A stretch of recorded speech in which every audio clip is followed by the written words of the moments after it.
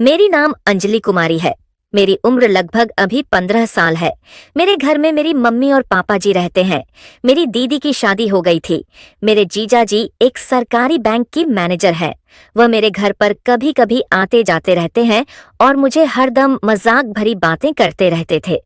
एक दिन की बात है जब मेरी दीदी मेरे पापा जी के पास फोन करो बोलती है, क्या अंजलि को कुछ दिनों के लिए मेरे घर पर भेज दीजिए।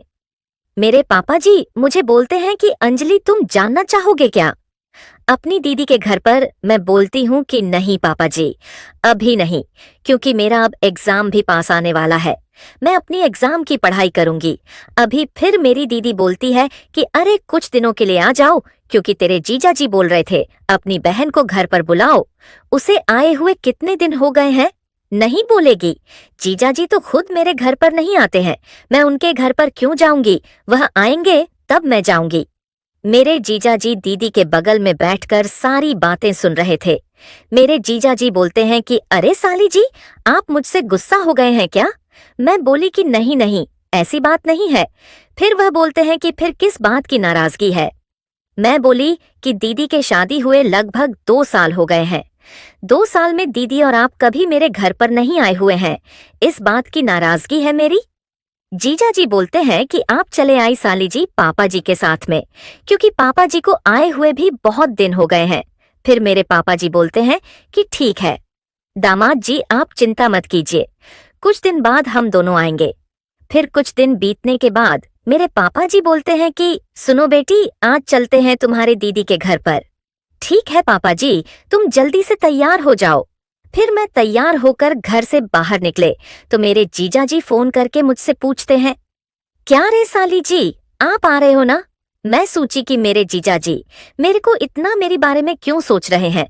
वहां पर जाने के बाद देखती हूँ तो मेरे दीदी और जीजा एकदम होना बनाकर हम दोनों के इंतजार कर रहे थे। तभी मैं और पापा जी वहां पर जाते ही खाना पीना कर कर एक रूम में बैठ जाते हैं। मैं अपनी दीदी के पास में जाकर कुछ बातें करने लग जाती हैं। तभी मेरे जीजा जी बोलते हैं, क्या रे साली जी, आप सिर्फ दीदी से ही बातें करेगी क्या, अपनी मुझे भी कुछ बातें कर लीजिए। मैं बोली कि जरूर जीजा जी, क्यों नहीं। फिर मेरे जीजा जी मुझसे मजाक कर भरी बातें करने लग जाते हैं। फिर मुझे जोर जोर से हंसी आने लग जाती है। तभी मेरे जीजा जी मुझे बोलते हैं कि साली जी कुछ भी कहिए, लेकिन आप अपनी बहन से भी ज्यादा खूबसूरत लगती है।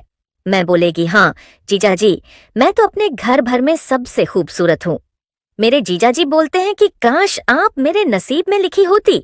मैं बोली कि अरे जीजा जी, जो होता है वह सही के लिए ही होता है। दीदी थोड़ी नहीं खराब है। मेरी दीदी बोलती है कि हाँ, तेरे जीजा जी तो हरदम तेरे ही बार आई हो करते रहते हैं, मुझे तो एक बार भी नहीं बोले हैं कि तुम बहुत ज्यादा खूबसूरत हो। मैं बोली कि वह बात छोटी है ना। जीजा जी चलिए हम दोनों बाहर से घूम कर आते हैं। तभी मेरे जीजा जी शाम के टाइम मुझे बाजार लेकर जाते हैं और हम दोनों आदमी बहुत ज्यादा मजे करते हैं। फिर शाम हो जाती है और जीजा और दीदी में एक ही साथ खाना खाकर सोने के लिए चले जाते हैं। उधर पापा जी एक कमरे में आराम से सोए हुए थे। फिर मेरे पापा जी बोलते हैं कि अरे बेटी सोनू, कल सुबह जल्दी निकलना है, हम दोनों को तैयार हो जाना। मेरी दीदी बोलती है कि अरे पापा, इतना भी जल्दी किया है क्या है। इतना सुनकर मैं सोने के लिए चली जाती हूँ। रात रात के लगभग 12 बज गए थे। तभी मेरे जीजा जी मेरे पास फोन कर कर बाहर बुला लेते हैं और बोलते हैं,